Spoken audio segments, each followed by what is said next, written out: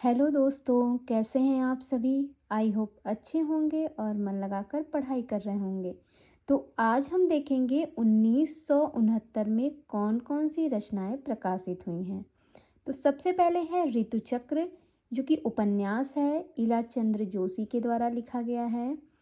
अगली रचना है मैं वे और आप, ये भी उपन्यास विधा है और डॉक्टर देवराज के द्वारा लिखी गई रचना है।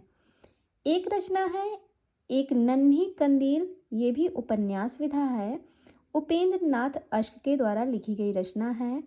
अगली रचना है आठवीं भावर, जो कि उपन्यास विधा है, आनंद प्रकाश जैन की रचना है।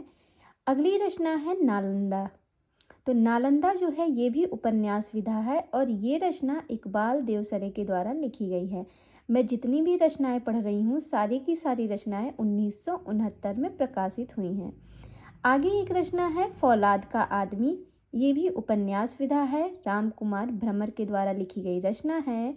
इसके बाद बात करें तो जो नेक्स्ट रचना है वो है जाने कितनी आँखें, ये भी उपन्यास विधा है, राजेंद्र अवस्थी के द्वारा लिखी गई रचना है। इसके बाद है अगली रचना जल टूटता हुआ, ये भी उपन्यास विधा है और ये रामदरस मिश्र की रचना है।